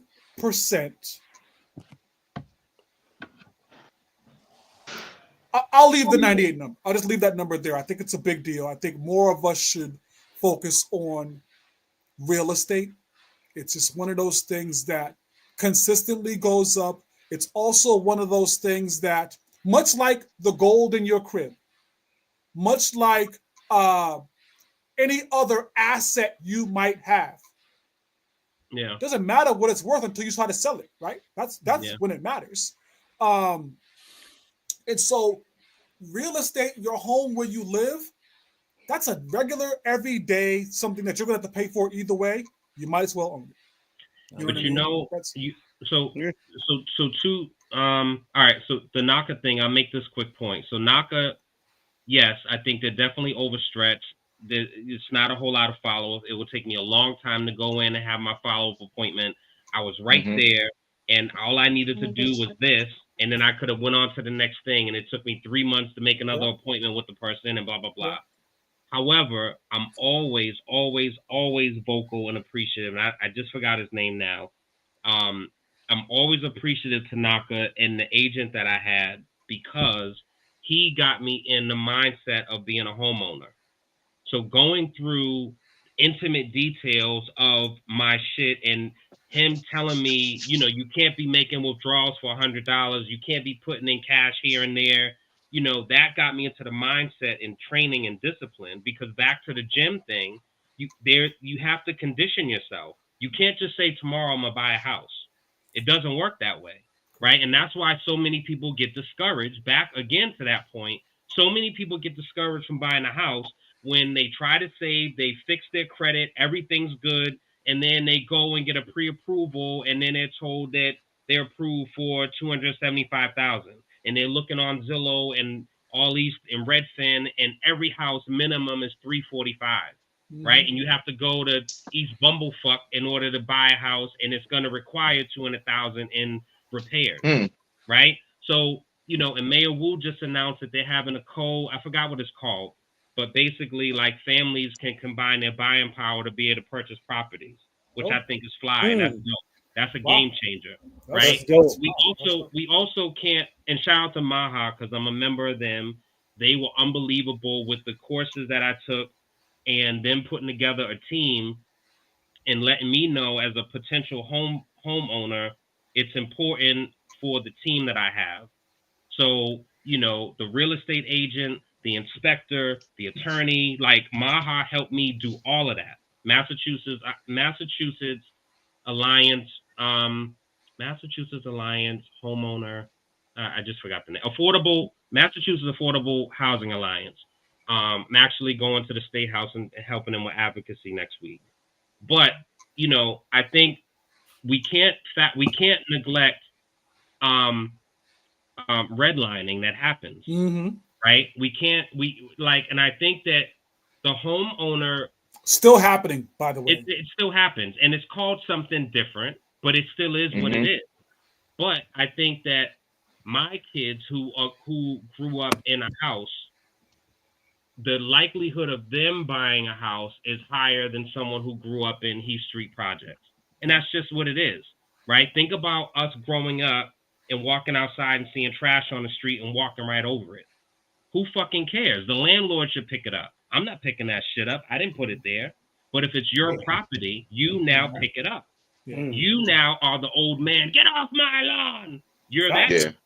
I said that today. Get Off my lawn. in front of my house playing that loud music. Who are you? Where do you belong? You're not going to take my parking spot. I doubled. Get the fuck out of here. Yeah. You know, I got two more things, Chef. Two more things. I see crazy house inspectors every day. I see crazy landlords and owners every day as a housing inspector. So believe me, I already know it's a crazy world out there. And it's some real slum lords in the city, man. But that's a whole other conversation. Capo, let's get in, man, because we definitely in overtime. We want to wrap this thing. Come on, I know you. We here. I know you cook all night. Let's go. We here. So 2 more things, fellas. First, 39%. We're talking about the journey of homeownership, but this is separate, but it's a nice little gateway. 39% of people in my community, which again, that's all that matters, right? 39% of people in my community have bad or very poor credit. Can we talk towards that? See, I think a lot of our community thinks credit doesn't matter until you go on to buy a house or a car, right? Should that be debunked? What's the thought process around that? How can credit help us in other ways? Can it? It's conditioning, though. So it's all back to conditioning, right? You have to. There's a lifestyle choice. It's understanding what credit does. We grew up in a cash economy, right? We grew up in saving our money in shoe boxes and putting it under the mattress.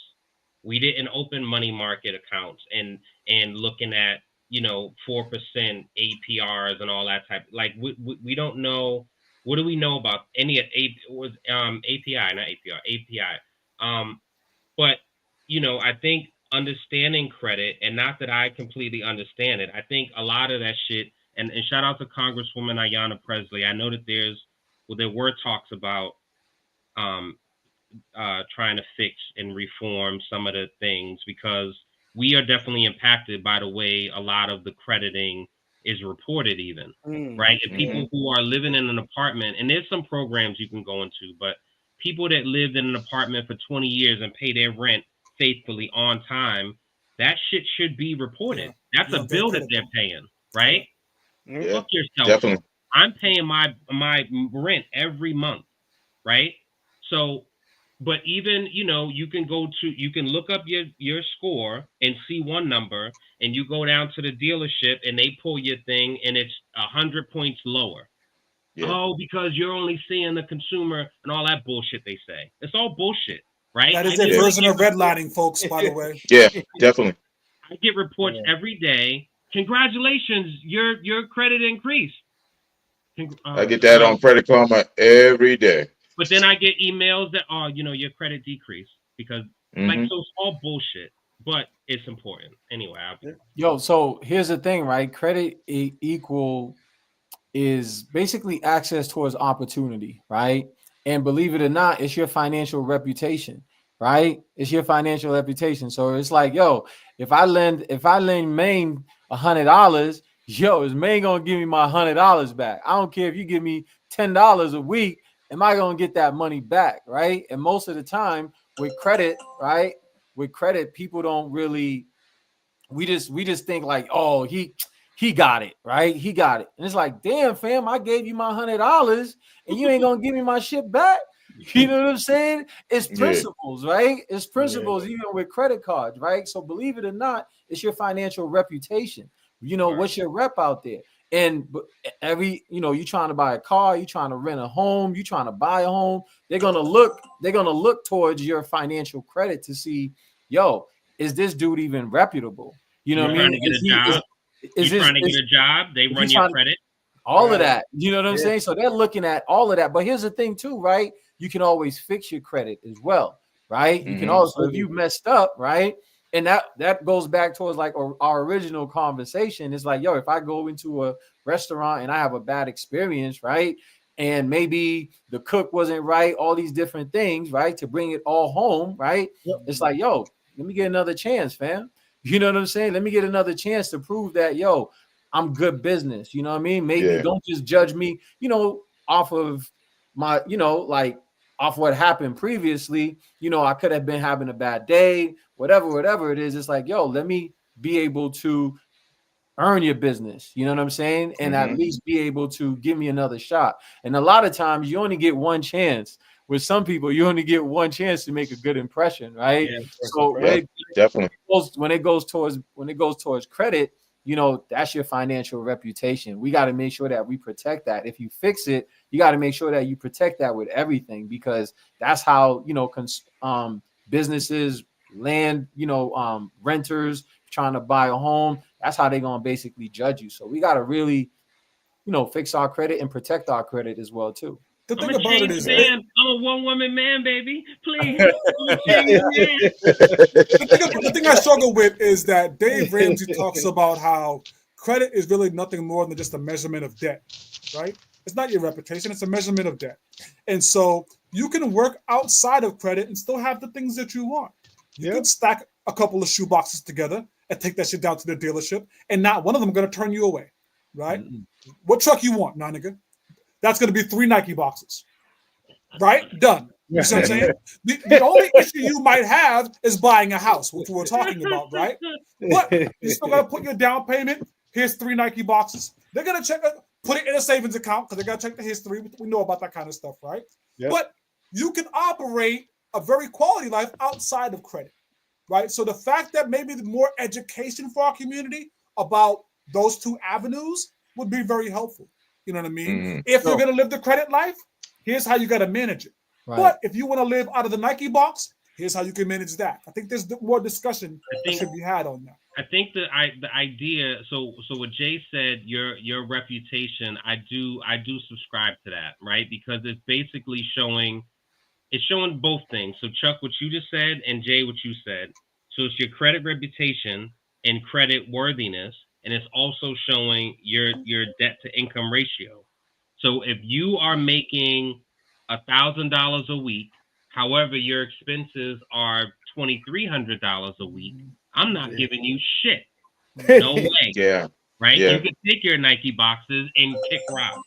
However, I think if you are mindful and you understand, and I think there is, to give people credit, I think with all the apps, and people have different opinions, but Acorn and Robinhood and all these different things, I think that there's a different level of credit and stocks and investing that exists that wasn't there when I was coming up. And I think that people are understanding that you can leverage. So if you get, if you are disciplined, this works if you're disciplined. And a lot of people are not, including myself to some degree. But if you get a credit card and you have a $10,000 credit and you want to start a business, you have a business plan and blah, blah, blah, and this, that, and the third, and you take your credit card and max it out to start that business, but you have a solid plan and you're able to then put that money back, that's actually a smart thing to do. not Right. smart to go to Dubai. From a credit perspective, sure. Right. Yeah, and you know what I'm saying. You're that's leveraging your credit, but not everyone can do that. Back to condition and education. Yeah. But also the system is set up right to reward credit usage. You know, so yo, I'd rather keep my money, right? I'd rather keep my money and be able to, if I have like a $20,000 credit limit, right? I might as well use that instead of taking money out the shoebox, right? Making payment towards that because I'm using the system, right? Yeah. And here's the thing: we don't know the system like that. I just started to learn the system. I'm just like, damn, I didn't know all this. You know what I'm saying? Same. So really, just educating ourselves about it, right? We're always like, we don't know. You know what I mean? We know about the shoebox. Yo, I'm paying with this straight cash, homie. Right? But shit, I could get like $50,000 in credit, right? And I could utilize that as well too. So we're just learning the credit game and being in this finance. You meet so many people, bro.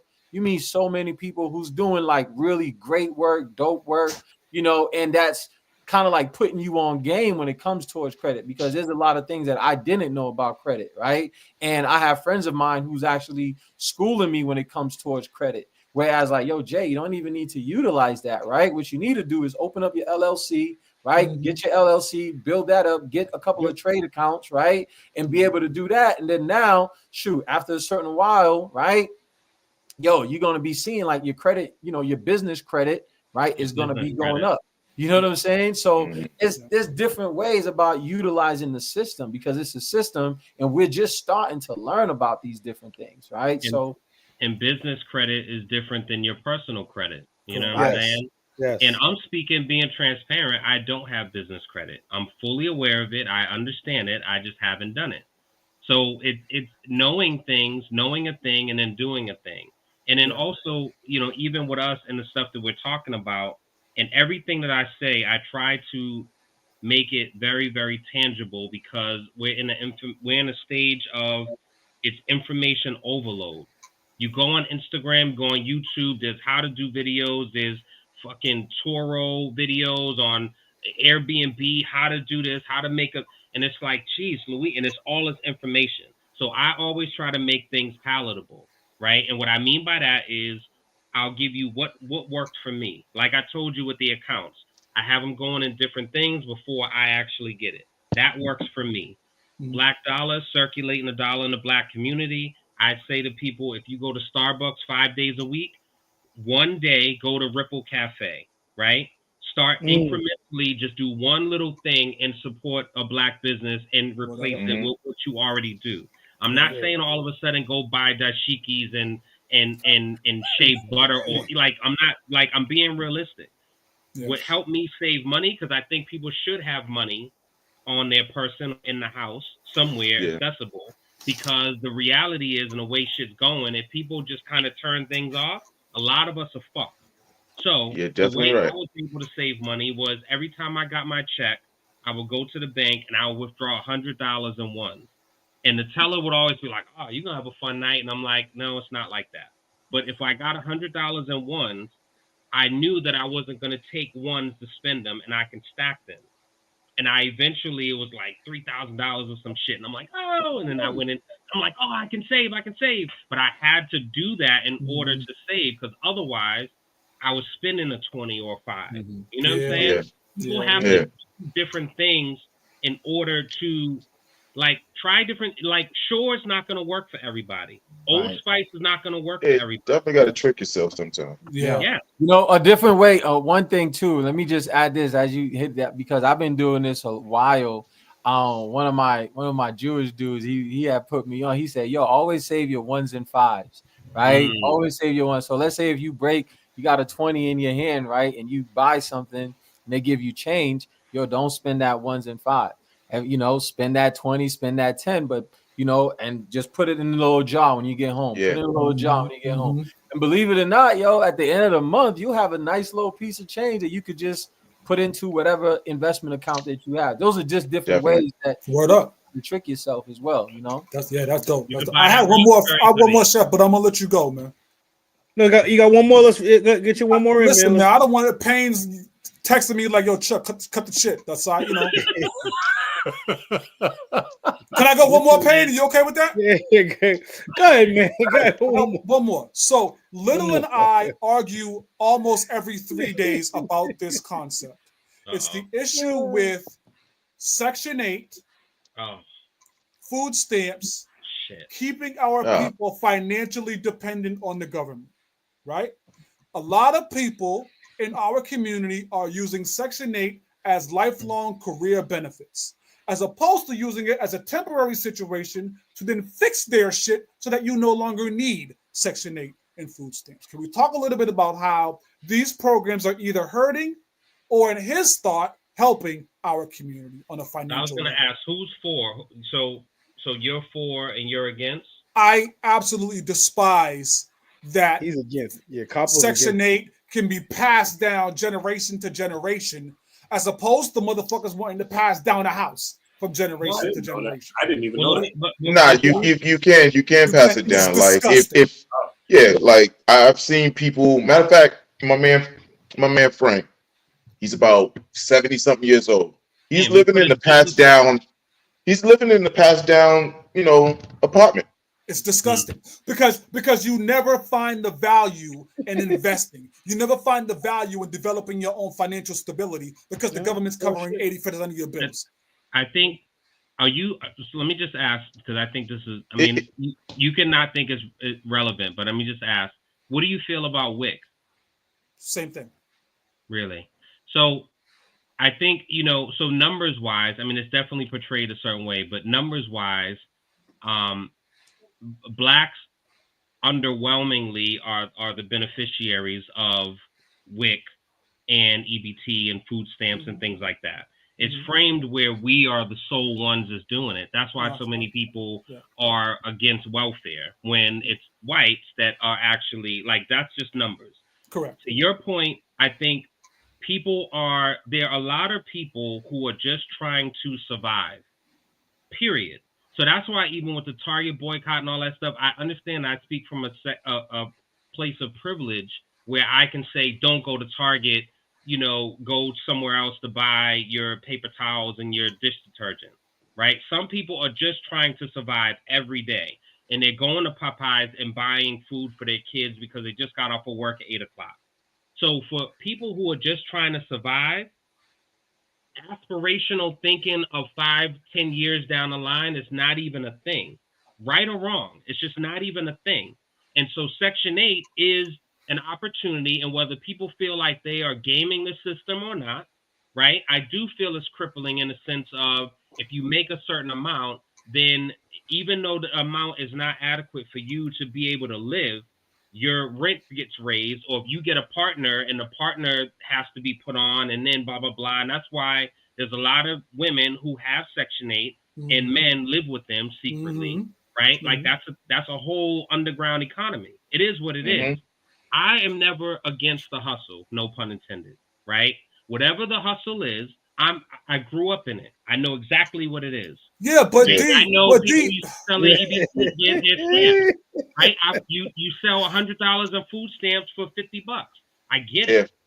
I get it. It is what it is. I understand the hustle. My challenge, my issue with this is that you never then value not being under the thumb of that program. You never value that. I get it. The mindset of I'm gonna grind to get my shit right is gone from you. It's free money. You look at it as Come on, man. I get that. So then I can't sit and complain later. Oh, I never got a house because nigga, you didn't try.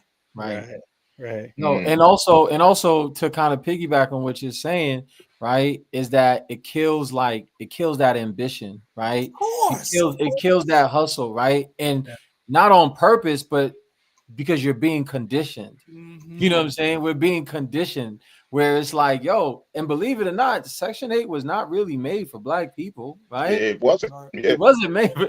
It wasn't made for us, right? And also, it kind of take, the Black man out the house where it's like, yo, the woman, you know, on a more deeper level, they act like they don't really need you anymore because now the government's kind of taking care of them. They got their Section 8 popping. Yeah. So even if like, yo, we was to get into a little disagreement, like, nigga, fuck you. I don't Get out. So it definitely it conditions us, right? Whereas like, yo, believe it or not, yo, we're going back to the way where society's going back to where men and women, we're gonna have to figure this shit out. You know what I'm saying? Because we're gonna need each other. You know what I'm saying? We definitely gonna be needing each other. Think about shout out a whole other episode. That's a whole other episode. Us needing each other. Shout out to the gorgeous Leah K. She is a part of Bogo Split. Shout out to all of them over there. She just sent me a message and said, how can Section 8 be restructured to actually support long-term financial independence rather than penalizing people for making progress? And, you know, what I will say is there's actually, I forgot the name of it, but there is a program where if you enroll in it and then you're making your monthly payments, it like matches you to be able to allow you to put a down payment on a house. So there you go. Right? That's a real thing that happened. Now, again, that program existing, one, people may not know about it. And then two, just because you know about it, that may not even be in your purview. There are people who live in the city of Boston who don't drive and they're 40 years old and they never got their license. Why? Because the T pretty much brings you everywhere, right? It's different if you live in Atlanta or Texas and you know what I mean? So we have to look at people are in different. Like I have been in a situation where I was in a house on Section 8. I know what that is, right? But I was determined as a man, one, I never wanted to feel like I was living as a man. I never wanted to feel like I was living at home because I saw a lot of men who was 30, 40 living at home with their parents, right? And this is before COVID, before everything. I didn't want to be that guy. I also saw a lot of men who was living with women. Mm-hmm. And I just don't like that. Just to the point of get the fuck out, nigga, you broke ass. I don't like that. I never wanted to be that. So for me, the only way to not be that is to not be that. But here's the other thing about it, D. Here's the other thing about it. I've worked with women. I've worked with women who said, I was a manager at the time. They said, "Oh, I got to leave early because I can't fuck up my section." Ma'am, do you want money in your paycheck or not? So our community is sacrificing money in their paycheck that can then go towards investment. For that Section 8. Because they don't want to fuck up their Section 8. Yeah. The mindset is disgusting. But that's how they but think so two things. So think about what you just said, right? Because the reality is that extra money that you are making is not going to you buying a house, it's going towards you paying that landlord. So you're not even able to make some additional money to be able to say, I'm going to save this extra $100. That extra 100 is going to him, right? And so, like, that's how they get us, right? Even with the Target boycott, there's black business owners there, and we're hurting them. But then if we don't go, that's how they get us. Leah said one other thing, and I wanted to put this out, and I won't comment on it. You all can comment. How can we empower Section 8 recipients with more financial education, job access, or transition plans that help them move forward without fear of losing everything? But we just talked about that, D. Yeah, we talked. The reality is they don't want job opportunity. I've personally been in situations where people have had the Section 8 and chose not to take a full-time position. They chose not to take the 80 hours every 2 weeks just so that they can stay paying $75 on their rent. It's not all. I'm giving you a workable rate. It's definitely not. It's a little hustle. It's definitely not all, but you know what happens? The community is so driven on being able to hustle, which we had to.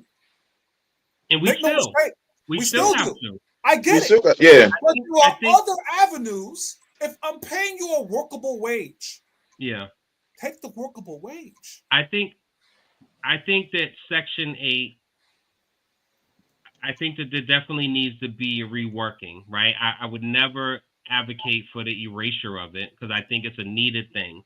I think that, you know, some people need I mean, you know, we just went over the gamut, but like, let's look at everything we spoke about. So you spoke about tipping is my right. Get the fuck out of here, right? Yeah. So somebody making $6.18 an hour and whatever that equates to in a 40-hour work week, and because Chuck didn't want to tip them, right? Now they got $125. And their rent is 70. No, hey, Chef. No. Get D the That's, fuck out of you here. gotta look at it that Get way. D the fuck out of here. You gotta look at it that way in some certain people's situations. Not a chance. There's no chance I'm letting you get away. My nigga, Yeah. I'm offering you a workable wage. No. You're That's choosing to take a job that does not offer you a workable wage. That's Get the fuck out of here. That's two different people with two different skill sets. I'm saying the person you just went to the restaurant with last night, and the bill was $125, and you said, "Yeah, fuck out of here. It's my right. It's my cash. I'm not tipping you shit," and you left. That person got $125 at the end of the week, and their rent is $75. No. Let's dial it back in. We're at 2 hours. We went into double, triple overtime. This is like the UConn and Syracuse game in March Madness. From a few years. He said we might have to. No, but listen, this conversation was great. It was much needed. Clearly, we know that there's a frame that we can go on for this. We might have to bring DL for part 2, or let Hustle and DL have their mid-season. Oh, the end of the wrap up. Mid-season wrap up. Men on film. We'll have to have men on. Wait, no way. No, we ain't doing that. Weren't they gay? That's some Roxbury shit. We don't do that around here. Wasn't that the snap shit? Come on. Get the mirror time, man. Let's do the mirror time. Let's get out of here. Yeah. Little. Yo. Mirror time, brother. something simple. Don't let money run your life. Let money help you run your life. I mean, run your life better. I'm sorry. Church. Yo, episode 170 in the books. Power of a dollar. Payne got the evil face on, like I can't tell if he's pissed off. I don't know what's going on, but great conversation nonetheless, fellas. Talk to him, JDL. Thank you guys for showing up, man. Thank you, man. This was great conversation, fellas. Thank you. Definitely. We definitely got to get y'all back on. Definitely great conversation, fellas. Episode 170 in the books. Shout out to Hightower. You dig? Yes, sir.